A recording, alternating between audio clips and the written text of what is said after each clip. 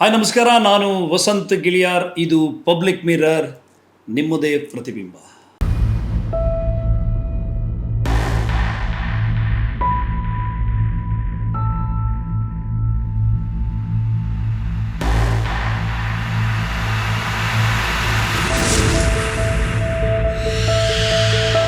ಮತ್ತೆ ಪುನಃ ನಾವು ಬಂದಿದ್ದೇವೆ. ಏನಾಯಿತು ಮಗಳೇ ಎನ್ನುವಂಥ ಎಪಿಸೋಡನ್ನು ನೀವು ಈಗಾಗಲೇ ಗಮನಿಸಿದ್ದೀರಿ. ಮತ್ತೆ ಆ ಸ್ಟೋರಿಗೆ ಸಂಬಂಧಪಟ್ಟಂಥ ವಿಚಾರ ಭುಗಿಲಿದ್ದಿದೆ, ಅಪಪ್ರಚಾರ ನಡೀತಾ ಇದೆ, ಸುಳ್ಳು ಸುದ್ದಿ ಬೆಂಕಿಯಂತೆ ಹಬ್ಬಿ ಹರಡ್ತಾ ಇದೆ.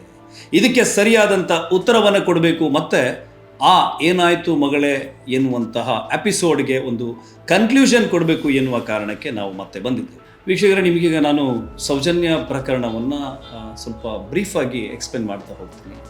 ಧರ್ಮಸ್ಥಳದ ಪಕ್ಕದಲ್ಲೇ ಇರುವಂಥ ಒಂದು ಪುಟ್ಟ ಹಳ್ಳಿ, ಪಾಂಗಾಳ ಅಂತೇಳಿ ಒಂದು ಗ್ರಾಮ. ಅದು ಆ ಗ್ರಾಮದಲ್ಲಿದ್ದಂಥ ಹುಡುಗಿ ಉಜಿರೆ SDM ಕಾಲೇಜ್ನಲ್ಲಿ ದ್ವಿತೀಯ PUC ವ್ಯಾಸಂಗ ಮಾಡ್ತಾಯಿದ್ರು.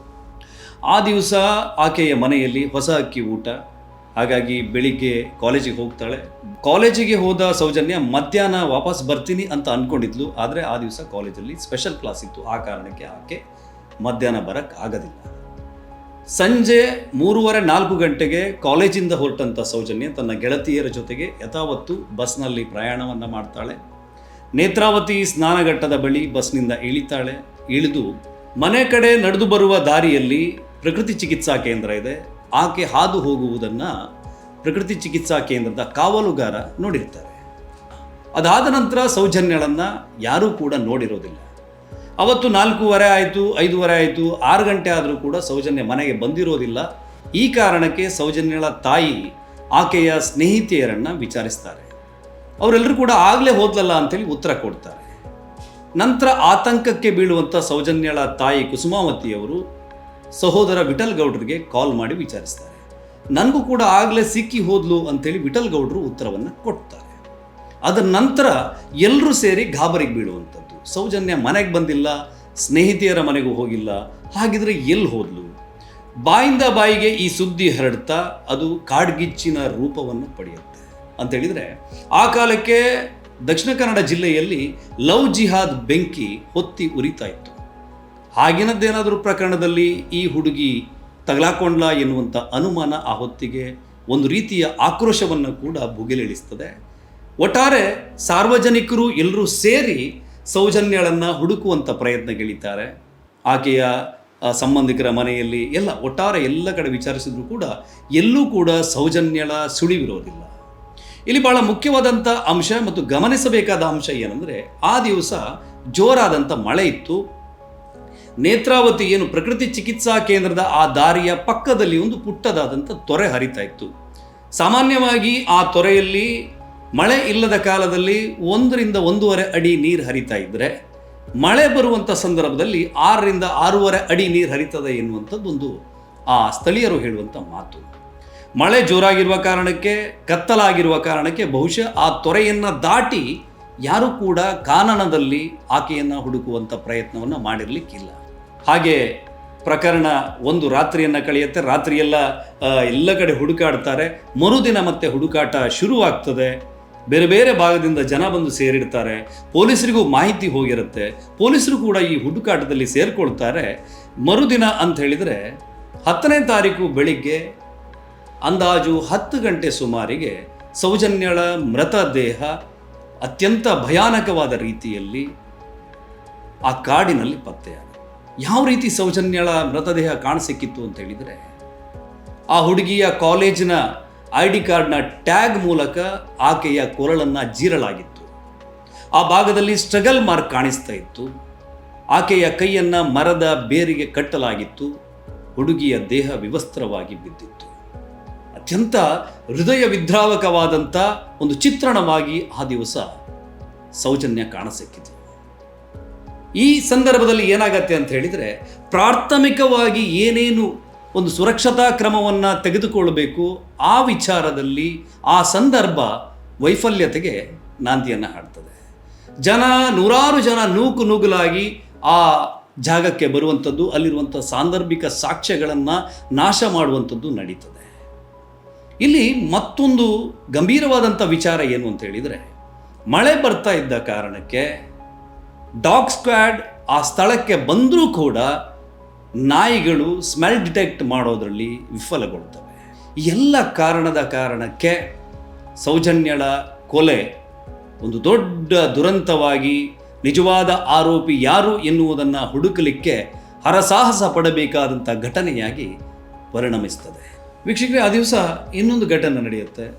ರಾತ್ರಿಯೆಲ್ಲ ಹುಡುಕಿದ್ರು ಕೂಡ ಸೌಜನ್ಯ ಕಾಣಿಸದೇ ಇದ್ದಾಗ ಸೌಜನ್ಯಳ ಅಜ್ಜ ಮತ್ತು ಕುಟುಂಬಿಕರು ಧರ್ಮಸ್ಥಳದ ಧರ್ಮಾಧಿಕಾರಿಯಾದಂಥ ವೀರೇಂದ್ರ ಹೆಗ್ಗಡೆಯವರಲ್ಲಿ ಹೋಗಿ ಈ ವಿಷಯವನ್ನು ಹೇಳ್ತಾರೆ. ವೀರೇಂದ್ರ ಹೆಗ್ಗಡೆಯವರು ಅದೇ ತಕ್ಷಣ ಆ ಕಾಲದ ರಾಜ್ಯದ ಗೃಹ ಸಚಿವರಾಗಿರುವಂಥ ಆರ್ ಅಶೋಕ್ ಅವರಿಗೆ ದೂರವಾಣಿ ಕರೆಯನ್ನು ಮಾಡಿ ನಮ್ಮ ಗ್ರಾಮದಲ್ಲಿ ಈ ತರಹದೊಂದು ಪ್ರಕರಣ ನಡೆದಿದೆ, ತಾವು ಸಹಕರಿಸಬೇಕು ಎನ್ನುವ ರೀತಿಯಲ್ಲಿ ವಿನಂತಿಯನ್ನು ಮಾಡಿಕೊಳ್ತಾರೆ. ಪೊಲೀಸ್ ಇಲಾಖೆ ಕೂಡ ಆ ಸಂದರ್ಭದಲ್ಲಿ ತುರ್ತಾಗಿ ಸ್ಪಂದಿಸುತ್ತೆ. ಊರಿಗೆ ಊರೇ ನಾಕಾಬಂದಿಯನ್ನು ಕೂಡ ಹಾಕಲಾಗಿರ್ತದೆ. ಇಲ್ಲಿ ನಾನು ಹೇಳಲಿಕ್ಕೆ ಹೊರಡುವಂತಹ ವಿಷಯ very very interesting. Soujanya murder ಆಗಿ ಹಿಂದಿನ ದಿನ 4:04 ಅಂದಾಜು ಆಕೆಯ ಕೊಲೆಯಾದರೆ ಆಕೆಯ ಮೃತದೇಹ ಸಿಗುವಂಥದ್ದು ಮರುದಿನ 10 ಗಂಟೆಗೆ. ಅದಾದ ನಂತರ 6 ಗಂಟೆಯ ವೇಳೆಗೆ ಆ ಬಾಡಿಯನ್ನು ಅಲ್ಲಿಂದ ಶಿಫ್ಟ್ ಮಾಡಲಾಗ್ತದೆ. ಇಲ್ಲಿ ಗಮನಿಸಬೇಕಾದಂಥ ಬಹುಮುಖ್ಯವಾದ ಅಂಶ ಅಂತೇಳಿದರೆ ಆಕೆಯ ಬಾಡಿ ಎಕ್ಸಾಮಿನನ್ನು ಅಂದರೆ ಪೋಸ್ಟ್ಮಾರ್ಟಮನ್ನು ಮಣಿಪಾಲದ ಆಸ್ಪತ್ರೆಯಲ್ಲಿ ಅಥವಾ ಮಂಗಳೂರಿನ ಆಸ್ಪತ್ರೆಯಲ್ಲಿ ಮಾಡಿದ್ದರೆ ಸಮರ್ಪಕವಾದಂತಹ ಸಾಕ್ಷಿ ಆಧಾರಗಳನ್ನು ಪಡಿಬಹುದಿತ್ತೇನೋ. ಕುಟುಂಬದವರ ಒತ್ತಡದ ಮೇರೆಗೆ ಸಹಜವಾಗಿ ನೀವು ಗಮನಿಸಬೇಕಾಗ್ತದೆ. ಈ ವೈಯಕ್ತಿಕ ನಮ್ಮದೇ ಮನೆಯಲ್ಲಿ ಒಂದು ದುರಂತ ನಡೀತು ಅಂತ ಹೇಳಿದರೆ ನಮ್ಮ ಭಾವನೆ ಏನಿರುತ್ತು ಅಂತ ಹೇಳಿದರೆ ಈಗಾಗಲೇ ಸಾಕಷ್ಟು ಹಿಂಸೆಗೆ ಒಳಪಟ್ಟು ಜೀವ ಬಿಟ್ಟಿದ್ದಾಳೆ, ಇನ್ನೂ ಆ ದೇಹವನ್ನು ಕೊಯ್ದು ಇನ್ನೊಂದು ಮತ್ತೊಂದು ಮಾಡಿ ಮತ್ತಷ್ಟು ಹಿಂಸೆ ಕೊಡೋದು ಬೇಡ, ಆ ದೇಹವನ್ನು ನಮ್ಗೆ ಒಪ್ಪಿಸಿ ಅನ್ನುವಂತಹ ಒಂದು ಒತ್ತಾಯ ಬಹುತೇಕ ಕುಟುಂಬಗಳು ಮಾಡ್ತವೆ. ಬಹುಶಃ ಆ ದಿವಸ ಸೌಜನ್ಯ ಕುಟುಂಬ ಕೂಡ ಮಾಡಿತ್ತು. ತರಾತುರಿಯಲ್ಲಿ ಸರಿಯಾದ ಬೆಳಕಿನ ವ್ಯವಸ್ಥೆಯೂ ಕೂಡ ಇಲ್ಲದೆ ಬೆಳ್ತಂಗಡಿಯಲ್ಲಿ ಪೋಸ್ಟ್ಮಾರ್ಟಮ್ ಮಾಡಿದ ಕಾರಣಕ್ಕೆ ಇಷ್ಟೆಲ್ಲ ಪ್ರಶ್ನೆಗಳು ಇವತ್ತು ಭುಗಿಲೇಳುತ್ತವೆ. ವೈದ್ಯಾಧಿಕಾರಿಗಳು ಮತ್ತು ಪೊಲೀಸ್ ಅಧಿಕಾರಿಗಳು ಒಂದಷ್ಟು ನಿರ್ಲಕ್ಷ್ಯವನ್ನು ತಾಳಿದ್ರು. ಅದಕ್ಕೆ ಕಾರಣ ಅವತ್ತು ಸೃಷ್ಟಿಯಾದಂಥ ಸಂದರ್ಭ. ಈ ಪ್ರಕರಣ ನಡೆದಂಥ ಮರುದಿವಸ ಇಡೀ ಊರಿಗೆ ಊರು ಒಂದು ರೀತಿ ಆಕ್ರೋಶದಲ್ಲಿತ್ತು. ಆರೋಪಿ ಯಾರು, ಅಪರಾಧಿ ಯಾರು ಎನ್ನುವಂತಹ ಒಂದು ಹುಡುಕಾಟ, ಒಂದು ರೀತಿ ಆಕ್ರೋಶ ಯಾವ ರೀತಿ ಇತ್ತು ಅಂತ ಹೇಳಿದರೆ ಸೌಜನ್ಯಳನ್ನು ಆ ರೀತಿ ಬರ್ಬರವಾಗಿ ಅತ್ಯಾಚಾರಗೈದಂಥ ವ್ಯಕ್ತಿ ಕೈಗೆ ಸಿಕ್ಕಿದರೆ ಕತ್ತರಿಸಿ ಹಾಕಿಬಿಡ್ತೀವಿ ಎನ್ನುವಂಥ ಆಕ್ರೋಶ ಜನರಲ್ಲಿತ್ತು. ಸಹಜವಾಗಿಯೇ ಎಲ್ಲರ ಮೇಲೆ ಒಂದು ರೀತಿಯ ಅನುಮಾನದ ಕಣ್ಣನ್ನು ಗ್ರಾಮಸ್ಥರು ನೆಟ್ಟಿದ್ರು. ಪೊಲೀಸರು ಕೂಡ ಅಪರಾಧಿಗಾಗಿ ಹುಡುಕಾಟವನ್ನು ಮಾಡ್ತಾ ಇದ್ರು. ಈ ನಡುವೆಯೇ ಆ ದಿವಸದ ಸಂಜೆ ಒಂದು ಘಟನೆ ನಡೆಯುತ್ತೆ. 11ನೇ ತಾರೀಕು ಸಂಜೆ ಸಹಜವಾಗಿ 6-6:30 ಮೇಲೆ ಬಾಹುಬಲಿ ಬೆಟ್ಟದ ಮೇಲೆ ಯಾರಿಗೂ ಇರಲಿಕ್ಕೆ ಅವಕಾಶವನ್ನು ಧರ್ಮಸ್ಥಳದ ಸಿಬ್ಬಂದಿ ಕೊಡೋದಿಲ್ಲ. ಹಾಗೆ ಎಲ್ಲವನ್ನ ಸರ್ಚ್ ಮಾಡಿಕೊಂಡು ಕೆಳಗಡೆ ಬರ್ತಿರುವಾಗ ಒಬ್ಬ ವ್ಯಕ್ತಿ ಅಲ್ಲಿ ಕೂತಿದ್ದ. ಅವನನ್ನು ಆ ಸಿಬ್ಬಂದಿಗಳಲ್ಲಿವರು ಕೇಳ್ತಾರೆ, ಇಲ್ಲಿಂದ ಹೊರಡಿ, ಯಾರಿಗೆ ಕಾಯ್ತಾ ಇದ್ದೀರಿ ಅಂತೇಳಿ. ಆಗ ಆ ವ್ಯಕ್ತಿ ಹೇಳ್ತಾನೆ, ಅಲ್ಲಿ ಇದ್ದಾರೆ ನಮ್ಮವರು ಅಂತೇಳಿ. ಇವರು ಆಲ್ರೆಡಿ ಅಲ್ಲೆಲ್ಲ ಸರ್ಚ್ ಮಾಡಿ ಬಂದಿದ್ದಾರೆ, ಅಲ್ಲಿ ಯಾರೂ ಇಲ್ಲಪ್ಪ, ನೀನು ಯಾರಿಗೆ ಕಾಯ್ತಾ ಇದೆಯಾ, ನೀನು ಹೊರಡು ಇಲ್ಲಿಂದ, ಬೇಕಾದರೆ ಮಲಗಲಿಕ್ಕೆ ನಿಮಗೆ ಚಾಪೆ ಕೊಡ್ತೀವಿ, ಅಲ್ಲಿಗೆ ಬಾ ಅಂತೇಳಿ ಹೇಳಿ ಕರೀತಾರೆ. ಚಾಪೆ ಕೊಡ್ತೀನಿ ಅಂತ ಹೇಳಿದ ತಕ್ಷಣ ಇವನು ಇದ್ದಕ್ಕಿದ್ದಾಗೆ ಎದ್ದು ಓಡ್ಲಿಕ್ಕೆ ಶುರು ಮಾಡ್ತಾನೆ. ಆಗ ಅಲ್ಲೇ ಇದ್ದವರು ಕಳ್ಳ ಕಳ್ಳ ಅಂತ ಹೇಳಿ ಕೂಗ್ತಾರೆ. ಆ ಸಂದರ್ಭದಲ್ಲಿ ಸಾರ್ವಜನಿಕರು ಆತನನ್ನು ಹಿಡಿತಾರೆ. ಸಾರ್ವಜನಿಕರ ಕೈಯಿಂದ ಸಂತೋಷ್ ರಾವನ್ನ ಪೊಲೀಸರು ತನ್ನ ಸುಪರ್ದಿಗೆ ಪಡ್ಕೊಂಡು ಬೆಳ್ತಂಗಡಿ ಪೊಲೀಸ್ ಠಾಣೆಗೆ ಕರ್ಕೊಂಡೋಗಿ ಅರೆಸ್ಟ್ ಮಾಡ್ತಾರೆ, ಕಸ್ಟಡಿಯಲ್ಲಿ ಇರಿಸ್ತಾರೆ. ಆ ದಿವಸ ಠಾಣೆಯ ಮುಂದೆ ಸಾವಿರಾರು ಜನ ಆಕ್ರೋಶಿತ ವರ್ಗದ ಗುಂಪು ನೆರೆದಿರ್ತದೆ. ಆರೋಪಿಯನ್ನು ನಮ್ಮ ಕೈಗೆ ಒಪ್ಪಿಸಿ ಆತನನ್ನು ನಾವು ನೋಡ್ಕೋತೀವಿ ಎನ್ನುವಂತಹ ಒಂದು ಆಕ್ರೋಶಿತ ವರ್ಗ ಅಲ್ಲಿ ಕೂಗಾಡ್ತಾ ಇತ್ತು. ಆ ದಿವಸ ಆಕ್ರೋಶಿತ ಗುಂಪು ಪೊಲೀಸ್ ಜೀಪುಗಳನ್ನು ಸುಟ್ಟಿರುವಂಥ ಪ್ರಕರಣ ನಡೆಯುತ್ತೆ. ಇದೇ ಸಂದರ್ಭದಲ್ಲಿ ಪೊಲೀಸರು ಮಹೇಶ್ ಶೆಟ್ಟಿ ತಿಮರೋಡಿಯವರ ಮೇಲೆ ಒಂದು ಪ್ರಕರಣವನ್ನು ಕೂಡ ದಾಖಲು ಮಾಡ್ತಾರೆ. ಇದು ಬೇರೆ ಬೇರೆ ಬೆಳವಣಿಗೆಯನ್ನು ಪಡೆದುಕೊಳ್ಳುತ್ತದೆ. ಮಹೇಶ್ ಶೆಟ್ಟಿಯವರ ಮೇಲೆ ಪ್ರಕರಣ ದಾಖಲಾಗಲಿಕ್ಕೆ ಧರ್ಮಸ್ಥಳದವರೇ ಕಾರಣ ಎನ್ನುವಂಥ ಒಂದು ಸುದ್ದಿಯನ್ನು ಹರಿಯಬಿಡಲಾಗ್ತದೆ. ಈ ಕಾರಣಕ್ಕೆ ಆಕ್ರೋಶಿತರಾಗುವಂಥ ಮಹೇಶ್ ಶೆಟ್ಟಿ ತಿಮರೋಡಿಯವರು ಹೆಂಗಾದರೂ ಮಾಡಿ ಧರ್ಮಸ್ಥಳದವರಿಗೆ ಬುದ್ಧಿ ಕಲಿಸಬೇಕು ಎನ್ನುವ ನಿಟ್ಟಿನಲ್ಲಿ ಈ ಪ್ರಕರಣದ ಮೇಲೆ ನಮಗೆ ಅನುಮಾನ ಇದೆ, ಇದು ಹೆಚ್ಚಿನ ತನಿಖೆಗೆ ಒಳಪಡಬೇಕು, ಇದರ ಹಿಂದೆ ಬೇರೆ ಬೇರೆ ಕಾಣದ ಕೈಗಳಿವೆ ಎನ್ನುವಂಥ ಅನುಮಾನ ಇದೆ ಎನ್ನುವ ನಿಟ್ಟಿನಲ್ಲಿ ಆ ಸಂದರ್ಭದ ಭಾವನಾತ್ಮಕವಾದಂಥ ಆ ವಿಚಾರವನ್ನು ಇರಿಸಿಕೊಂಡು ಪ್ರತಿಭಟನೆಗೆ ಕರೆಯನ್ನು ಕೊಡ್ತಾರೆ. ಸ್ವಾಮೀಜಿಯೊಬ್ಬರು ಈ ಪ್ರತಿಭಟನೆಗೆ ಸಹಕಾರವನ್ನು ನೀಡ್ತಾರೆ. ಆಕ್ರೋಶಿತ ವರ್ಗ ದೊಡ್ಡ ಮಟ್ಟದಲ್ಲಿ ಆ ದಿವಸ ಸಿಡಿದು ನಿಲ್ತದೆ. ಈ ಒಂದು ಆ ಫ್ಲೋವನ್ನು ಗಮನಿಸಿದ ಮಹೇಶ್ ಶೆಟ್ಟಿಯವರು ಇದನ್ನು ಗಟ್ಟಿಯಾಗಿ ಹಿಡ್ಕೊಂಡು ನನ್ನ ಬದುಕಿನ ಶಕ್ತಿಯನ್ನಾಗಿಸ್ಕೊಳ್ಬೇಕು ಎನ್ನುವ ವಿಚಾರಕ್ಕೆ ಬರ್ತಾರೋ ಏನೋ ಗೊತ್ತಿಲ್ಲ. ಅದರ ನಂತರ ನಡೆದಿರುವಂಥ ಘಟನಾವಳಿಗಳು ವೆರಿ ವೆರಿ ಇಂಟ್ರೆಸ್ಟಿಂಗ್. ಅದರ ನಂತರ ಪೊಲೀಸ್ ತನಿಖೆಯನ್ನು ನಾವು ನಂಬೋದಿಲ್ಲ, ಪೊಲೀಸ್ ಇಲಾಖೆ ಮೇಲೆ ನಮಗೆ ನಂಬಿಕೆ ಇಲ್ಲ, ಇದನ್ನು COD ಕೊಡಬೇಕು ಎನ್ನುವಂತಹ ಬೇಡಿಕೆಯನ್ನು ಹೋರಾಟಗಾರರು ನೀಡ್ತಾರೆ. ಸರಿ, ಕರ್ನಾಟಕ ರಾಜ್ಯ ಸರ್ಕಾರ ಈ ಪ್ರಕರಣವನ್ನು COD ಕೈಗೆ ಒಪ್ಪಿಸುತ್ತೆ. ಈ ನಡುವೆಯೇ ಸೌಜನ್ಯ ಕುಟುಂಬದವರನ್ನ ಮೀಡಿಯಾದವರು ಒಂದು ಕಡೆ ಪ್ರಶ್ನೆ ಮಾಡ್ತಾರೆ. ನಿಮಗೆ ಹೋರಾಟಗಾರರು ಹೇಳ್ತಿರುವ ಹಾಗೆ ಧರ್ಮಸ್ಥಳದವರು ಒತ್ತಡ ಹಾಕ್ತಾ ಇದ್ದಾರಾ ಎನ್ನುವ ರೀತಿಯಲ್ಲಿ ಬಹಳ ಸ್ಪಷ್ಟವಾಗಿ ಅವರು ಆ ದಿವಸ ಸೌಜನ್ಯಳ ತಾಯಿ, ಸೌಜನ್ಯಳ ತಂದೆ ಮತ್ತು ಸೌಜನ್ಯಳ ಮಾವ ವಿಠಲ್ ಗೌಡರು ಪ್ರೆಸ್ ಹೇಳಿಕೆ ಕೊಟ್ಟಿರುವಂಥ ವಿಡಿಯೋನ ನೀವಿಲ್ಲಿ ಗಮನಿಸಬಹುದು. ಧರ್ಮಸ್ಥಳದ ಎಲ್ಲರೂ ನಮಗೆ ಸಪೋರ್ಟ್ ಇದ್ದಾರೆ ಅಂತ ಎಲ್ಲಾ ಪೇಪರ್ ಹತ್ರ ಸಪೋರ್ಟ್ ಇದ್ದಾರೆ. ಧರ್ಮಸ್ಥಳದ ಎಲ್ಲ ಸಪೋರ್ಟ್ ನಮ್ಗೆ ಸಪೋರ್ಟ್ ಇದ್ದಾರೆ. ಅವರ ಭಯ ಏನು ನಮಗೆ ಇರ್ಲಿಲ್ಲ. ಕೆಲವರು ಒತ್ತಡ ಮಾಡಿದ್ದಾರೆ. ಧರ್ಮಸ್ಥಳ ಯಾವ್ದು ಜಾಗೆ ಒತ್ತಡ ಉಂಟಾ ಅಂತ ಕೇಳಿದ್ರು. ಇಲ್ಲ, ಜಾಗ ಏನು ಒತ್ತಡ ಮಾಡ್ಲಿಲ್ಲ. ಫೋನ್ ಅಲ್ಲಿ ಏನಾದ್ರು ಇದ್ ಮಾಡ್ಬೇಕು ಕೇಳಿದ್ರು. ಇಲ್ಲ, ಯಾವ್ದು ಇದ್ ಮಾಡ್ಲಿಲ್ಲ, ನಮ್ಗೆ ಒತ್ತಡ ಮಾಡ್ಲಿಲ್ಲ. ಧರ್ಮಸ್ಥಳದ ಯಾರು ಇದು ಮಾಡ್ಲಿಲ್ಲ ನಮ್ಗೆ ಅಂತ ಎಲ್ಲ ಹೇಳಿದಷ್ಟೇ. ಅದಕ್ಕೆ ಕೊಡ್ಬೇಡಿ, ಇದು ಕೊಡ್ಬೇಡಿ ಅಂದ್ರೆ ನಮ್ಗೆ ಒತ್ತಡ ಮಾಡ್ಲಿಲ್ಲ ಧರ್ಮಸ್ಥಳದವರು ಸಹ. ಯಾರು ನಿಮಗೆ ಕೆಲವು ಹೇಳ್ತಿದ್ರು, ನಿಮ್ಮ ಅಂಗಡಿ ಬಂದ್ ಮಾಡಿದಾರಂತೆ, ಹೋಟ್ಲ್ ಬಂದ್ ಮಾಡಿದ್ರಂತೆ. ಇಲ್ಲ, ಆ ಥರ ನಮಗೆ ಇದು ಫೋನ್ ಬರಲಿಲ್ಲ, ನಮ್ಗೆ ಇಷ್ಟು ಮಾತಾಡಲಿಲ್ಲ, ಅದ್ರ ಬಗ್ಗೆ ಇಲ್ಲ. ಯಾರು ಹೇಳಿಕೆ ನಮ್ಗೆ ಬರಲಿಲ್ಲ. ನಮ್ಗೆ ಹೋಟ್ಲೆಲ್ಲ ಇದೆ, ನಮ್ಗೆ ಆ ಥರ ಯಾವ್ದು ಬಂದಿದೆ, ಇದು ಆ ಥರದ ಬೆದರಿಕೆ ಯಾವುದು ಬರಲಿಲ್ಲ ಅಂತ ಹೇಳಿದೆ ನಾನು. COD ತನಿಖೆಗೆ ಸರ್ಕಾರ ಇದನ್ನು ನೀಡಿದಾಗ ಇದನ್ನು ತನಿಖೆ ಮಾಡಲಿಕ್ಕೆ ಬರುವಂಥ ಅಧಿಕಾರಿಯ ಹೆಸರು ರುದ್ರಮುನಿಯವರ ಬ್ಯಾಕ್ ಸ್ಟೋರಿಗಳನ್ನು ನೀವು ಸ್ಟಡಿ ಮಾಡಿ ನೋಡಿದರೆ ಕರ್ನಾಟಕ ಕಂಡಿರುವಂಥ ಅತ್ಯಂತ ದಕ್ಷ ಪ್ರಾಮಾಣಿಕ ಅಧಿಕಾರಿ ಚಿತ್ರದುರ್ಗ ಮೂಲದ ರುದ್ರಮುನಿಯವರು ಈ ಪ್ರಕರಣವನ್ನು ಭೇದಿಸಲಿಕ್ಕೆ ಹೊರಡ್ತಾರೆ. ಹಲವಾರು ಸಾಕ್ಷಿಗಳನ್ನು ಜಾಲಾಡಿ ಒಂದು ಚಾರ್ಜ್ ಶೀಟನ್ನು ಸರ್ಕಾರಕ್ಕೆ ಸಲ್ಲಿಸ್ತಾರೆ. ರುದ್ರಮುನಿಯವರ ತನಿಖೆಯ ಪ್ರಕಾರ ಪೊಲೀಸ್ ಅವರು ಸಸ್ಪೆಕ್ಟ್ ಮಾಡಿದ ಹಾಗೆ ಸಂತೋಷ್ ರಾವೇ ನಿಜವಾದ ಆರೋಪಿ ಎನ್ನುವಂತಹ ಆರೋಪ ಪಟ್ಟಿಯನ್ನು ಸಲ್ಲಿಸಲಾಗ್ತದೆ. COD ಸಲ್ಲಿಸಿದಂಥ ಚಾರ್ಜ್ ಶೀಟ್ನಲ್ಲೂ ಕೂಡ ಪೊಲೀಸ್ ಇಲಾಖೆ ಈ ಮೊದಲೇ ಸಸ್ಪೆಕ್ಟ್ ಮಾಡಿದಂಥ ಆರೋಪಿ ಸಂತೋಷ್ ರಾವನ್ನೇ ಆರೋಪಿ ಎಂದು ಆರೋಪ ಪಟ್ಟಿಯನ್ನು ರುದ್ರಮುನಿಯವರು ಸಲ್ಲಿಸ್ತಾರೆ. ವೀಕ್ಷಕರೇ, ಈ ಪ್ರಕರಣವನ್ನು ಅತ್ಯಂತ ಗಂಭೀರ ಪ್ರಕರಣವಾಗಿ ಪರಿಗಣಿಸುವಂತಹ ರುದ್ರಮುನಿಯವರು ಹಲವಾರು ವಿಧದಲ್ಲಿ ಈ ತನಿಖೆಯನ್ನು ಮಾಡ್ತಾರೆ. ಮನೆಯವರಲ್ಲೂ ಕೂಡ ಕೇಳಿರ್ತಾರೆ. 10 ಸಾರಿ ನಿಮಗೆ ಬೇರೆ ಯಾವುದೇ ವ್ಯಕ್ತಿ ಮೇಲೆ ಅನುಮಾನ ಇದೆಯಾ ಎನ್ನುವ ಪ್ರಶ್ನೆಯನ್ನು ಕೇಳಿರ್ತಾರೆ. ಒಟ್ಟಿನಲ್ಲಿ ಮನೆಯವರಿಗೆ ಯಾವ ಅನುಮಾನವೂ ಕೂಡ ಇರೋದಿಲ್ಲ ಆ ಸಂದರ್ಭದಲ್ಲಿ. ಅದನ್ನು ಕೂಡ ಚಾರ್ಜ್ ಶೀಟ್ನಲ್ಲಿ ಅವರು ದಾಖಲು ಕೂಡ ಮಾಡಿರ್ತಾರೆ. ರುದ್ರಮುನಿಯವರು ಚಾರ್ಜ್ ಶೀಟನ್ನು ಸಲ್ಲಿಸುವಾಗಲೂ ಕೂಡ ಆರೋಪ ಪಟ್ಟಿಯಲ್ಲಿ ಇರುವ ಹೆಸರು ಒನ್ಸ್ ಅಗೈನ್ ಸಂತೋಷ್ ರಾವ್ದು. ನೀವು ಬಹಳ ಗಂಭೀರವಾಗಿ ಈ ಪ್ರಕರಣ ತಿರುವನ್ನು ತೆಗೆದುಕೊಳ್ಳುವುದು ಯಾವಾಗ ಎನ್ನುವ ಪ್ರಶ್ನೆಯನ್ನು ಕೇಳಿದರೆ ನಾನು ಹೇಳ್ತೇನೆ, ಅದೊಂದು TV ಚಾನಲ್ನ ಸ್ಟುಡಿಯೋದಲ್ಲಿ ಸರಿಯಾಗಿ 1 ವರ್ಷದ ನಂತರ ಹೋರಾಟಗಾರ ಮಹೇಶ್ ಶೆಟ್ಟಿ ತಿಮರೋಡಿಯವರು TV9 ಸ್ಟುಡಿಯೋದ ಒಳಗಡೆ ಕೂತುಕೊಂಡು ಹೊಸ ಬಾಂಬನ್ನು ಸಿಡಿಸ್ತಾರೆ. ರಾತ್ರಿ ಬೆಳಗಾಗುವುದರ ಒಳಗಡೆ ಮತ್ತೆ ಸೌಜನ್ಯ ಪ್ರಕರಣ ಕಾಡ್ಗಿಜ್ಜಿನಂತೆ ಹರಡುತ್ತದೆ. ಆ ಸಂದರ್ಭದಲ್ಲಿ ಸ್ಟುಡಿಯೋದಲ್ಲಿ ಕುಳಿತವರಲ್ಲಿ ಸೌಜನ್ಯಳ ತಾಯಿ ಕುಸುಮಾವತಿ, ಮಾವ ವಿಠಲ್ ಗೌಡ ಕೂಡ ಇರ್ತಾರೆ. ಅಲ್ಲಿ ಮೊದಲ ಬಾರಿಗೆ 3 ಯುವಕರ ಹೆಸರನ್ನು ಪ್ರಸ್ತಾಪ ಮಾಡಲಾಗ್ತದೆ. ಮಲ್ಲಿಕ್ ಜೈನ್, ಧೀರಜ್ ಕೆಲ್ಲಾ ಮತ್ತು ಉದಯ್ ಜೈನ್. ಅದರ ಜೊತೆಗೆ ಸ್ಫೋಟಕವಾಗುವಂಥ ಇನ್ನೊಂದು ಹೆಸರು ಧರ್ಮಸ್ಥಳದ ಧರ್ಮಾಧಿಕಾರಿಗಳ ಕುಟುಂಬಕ್ಕೆ ಸೇರಿದಂಥ ವ್ಯಕ್ತಿ ನಿಶ್ಚಲ್ ಜೈನ್. ಹೋರಾಟಗಾರರ ಈ ನಡಾವಳಿ ಎನ್ನುವುದು ಬಹಳ ದೊಡ್ಡ ಒಂದು ಮಹಾಸ್ಫೋಟಕ್ಕೆ ಕಾರಣ ಆಗುತ್ತೆ. ಎಲ್ಲಿಯ ತನಕ ಧರ್ಮಸ್ಥಳದ ಧರ್ಮಾಧಿಕಾರಿಗಳನ್ನು ದೇವರು ಎನ್ನುವ ರೀತಿಯಲ್ಲಿ ಜನ ಭಾವಿಸಿ ನಮಸ್ಕರಿಸ್ತಾ ಇದ್ದರು, ಅವರ ಮೇಲೆ, ಅವರ ಶುಭ್ರ ವ್ಯಕ್ತಿತ್ವದ ಮೇಲೆ ಕಪ್ಪು ಚುಕ್ಕಿಯನ್ನು ಎರಚುವಂತಹ ಸಂದರ್ಭ ಇಲ್ಲಿ ಸೃಷ್ಟಿಯಾಗತ್ತೆ. ಆದರೆ ಧರ್ಮಸ್ಥಳದ ಧರ್ಮಾಧಿಕಾರಿಗಳೇ ಖುದ್ದಾಗಿ ಆ ದಿವಸ ಮಾತನಾಡ್ತಾರೆ. ಈ ಪ್ರಕರಣದಲ್ಲಿ ನಮ್ಮ ಕುಟುಂಬದವರ ಹೆಸರು ಬಂದಿರುವ ಕಾರಣಕ್ಕೆ ಮುಂದಿನ ಎಲ್ಲ ತನಿಖೆಗೂ ಕೂಡ ನಾವು ಸಹಕಾರವನ್ನು ಕೊಡ್ತೇವೆ, ಯಾವುದೇ ಹಂತದ ತನಿಖೆಯನ್ನಾದರೂ ಸರ್ಕಾರ ಮಾಡಬಹುದು ಎನ್ನುವಂಥ ವಚನವನ್ನು ಕೂಡ ನೀಡ್ತಾರೆ.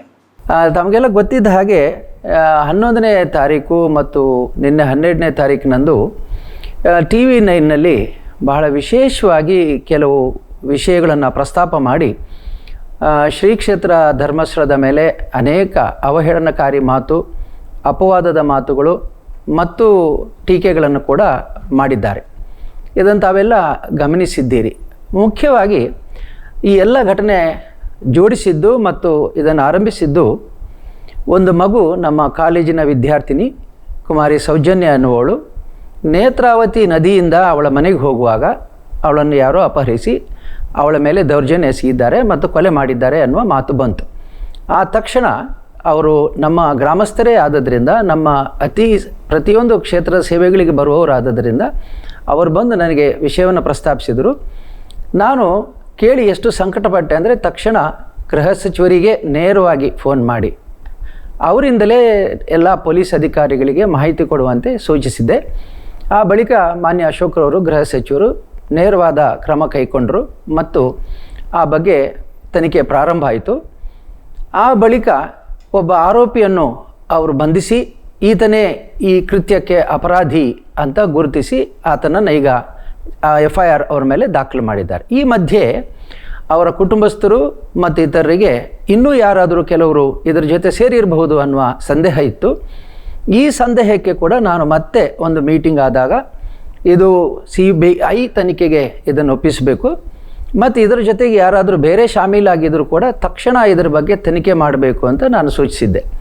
ಈ ಮಧ್ಯೆ ಕೆಲವು ಸಂಘಟನೆಗಳು ಮತ್ತು ಹಿತಾಸಕ್ತಿಗಳು ಈ ವರದಿಯನ್ನು ತಿರುಚಿ ಇದಕ್ಕೆ ಶ್ರೀ ಕ್ಷೇತ್ರ ಧರ್ಮಸ್ಥಳಕ್ಕೂ ಸಂಬಂಧ ಇದೆ, ಹೆಗಡೆಯವರ ಕುಟುಂಬಕ್ಕೂ ಸಂಬಂಧ ಇದೆ ಅನ್ನುವಂಥ ಸಂಬಂಧವನ್ನು ಜೋಡಿಸಿದರು. ಇದರಲ್ಲಿ ವಿಶೇಷವಾಗಿ ನನ್ನ ಸಹೋದರ ಹರ್ಷೇಂದ್ರ ಕುಮಾರ ಪುತ್ರ ನಿಶ್ಚಲ್ ಕುಮಾರ್ ಇದೆ ಅನ್ನೋದನ್ನು ಜೋಡಿಸಿದರು. ಇಲ್ಲಿ ತಮ್ಮೆಲ್ಲರ ಗಮನಕ್ಕೆ ನಾನು ತರಬಯಸೋದು ಏನು ಅಂತಂದರೆ, ಈ ಮಗು ಅವನು ಈಗ ಅಮೇರಿಕಾದಲ್ಲಿ ವ್ಯಾಸಂಗ ಮಾಡ್ತಾ ಇದ್ದಾನೆ, ನ್ಯೂಯಾರ್ಕ್ನಲ್ಲಿ ಇದ್ದಾನೆ.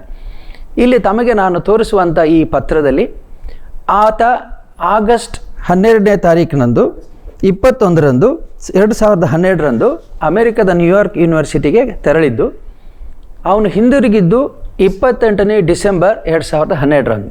ಅಂದರೆ ಈ ಘಟನೆ ಆದ ದಿವಸ ಅವನು ಅಮೇರಿಕಾದಲ್ಲಿದ್ದಾನೆ.